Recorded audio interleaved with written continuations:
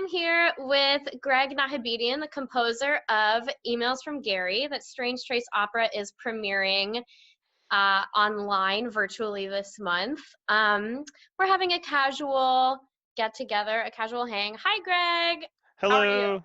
Good. Cool. So I have a couple questions to ask you about your work. So the first is, how did you get the idea for this piece, Emails from Gary, or where did it come from? Okay, here's what happened. In 2015, I moved to Stamford, Connecticut, and it was a bad choice for a lot of reasons. But here, the worst thing that happened was that I got a job working for a piano mover. And he turned out to be very racist and sexist and scary and violent. One day, he took us to Chipotle in between moving pianos, and while he was eating his burrito, it like fell apart, and I was like, what is this, amateur hour? And everybody else giggled, and then he said, hey, can I talk to you outside? And he grabbed me by the shirt and pushed me up against the wall, and with a bunch of expletives said, if you ever talk to me like that again, I'll kick your ass to the curb. And I said, oh my God.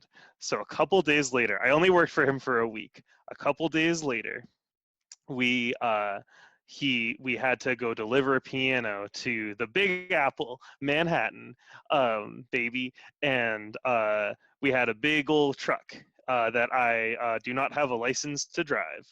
But he said, Greg, drive. And I said, okay. And I started driving, and he smoked pot behind me, and it was very scary. I didn't like it. And eventually I said, hey, this is really dangerous. I feel uncomfortable. Could somebody else drive? And he said, yeah, sure. Why don't you just pull over? And I said, okay. So I pulled over, and then he said, get the fuck out of the truck. And I said, okay. We were near Scarsdale, New York.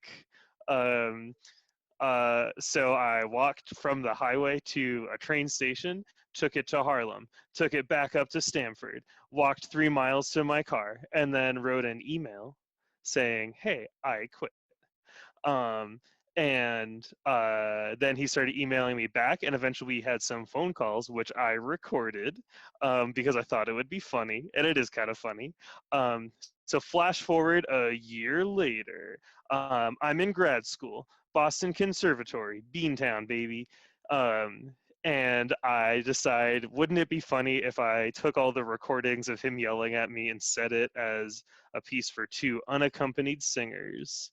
And here we are. We changed his name. The original version used his real name, and I also, in the original version, just took a picture of him from Facebook and put it as the cover of the score. And I now realize that that was inappropriate. This version, I think, is more respectful to the legalities of this situation. Yeah, this is a Meet the Composer and a public apology. Cool. That is so interesting. I didn't even know most of that story. So it's based on true events. But so you've mounted the piece before at Boston Conservatory. How was that process, and does that process differ from Strange Trace's process and the remounting of the piece? Yes. The original work only used exactly what we said to each other on the phone and by text and email. But looking back at it, I realized that there was like so much that wasn't being explained to the audience.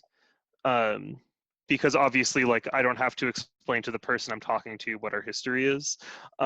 So this new version solves some of those issues of like trying to organically show the audience like what has happened prior to me trying to quit this job. Um, the music, there's no accompaniment, so it's just singers. Um, and it moves between 2, I guess, like kind of like compositional techniques. One is kind of like standard, like florid aria style writing, but the other is very much based on like actual speech rhythms and speech pitches. So it's like super, super chromatic, lots of kind of like complex rhythms to make it sound as if they're actually speaking to each other. And a lot of the rhythms I used are exactly the way this guy was talking to me. So it was note for note, rhythm for rhythm transcription of what he said. That's so interesting. So do the compositional styles, you're sort of blending into my next question, which is what the audience can expect to listen for or hear in the piece. Do the compositional styles each correspond with a character, or is it more like based on like mood as it progresses through the text, or? A little bit of everything. Mhm. There's like I said, like there's all these parts where I'm really trying to match exactly what happened, but there are also parts where like the fact that they're singing makes this kind of funny. So there's a big moment where Josh, playing Gary, what actually happened was he screamed "shut the fuck up" like 4 or 5 times at me. Um, but as like a singer, like it gets longer and longer each time, and it's like at the top of Josh's range where like um, he like almost starts to break. So yeah, there's an element of like drawing attention to the fact that they're singing and not just like actors. Oh, that's so interesting. I love that. Do you have anything else that you think the audience would be interested in knowing before watching our virtual premiere of Emails from Gary? Um, yes. Here's the thing. Okay. At the end, it says, "Will Greg ever get paid?" The answer is yes, I did get paid. I just want everybody to know that I got paid for my week of work. Um, and here we are. And Gary recently got evicted from his warehouse and put a really funny YouTube video on his website of him shooting pianos with a gun.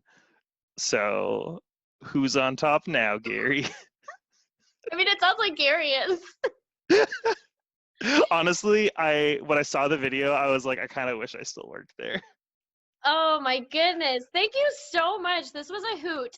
So be sure to keep an eye out for Strange Trace Opera's premiere of Emails from Gary with the composer Greg Nahabedian and the premiering performers Joshua Scheid and Felix Aguilar Thomason. And thank you so much for watching.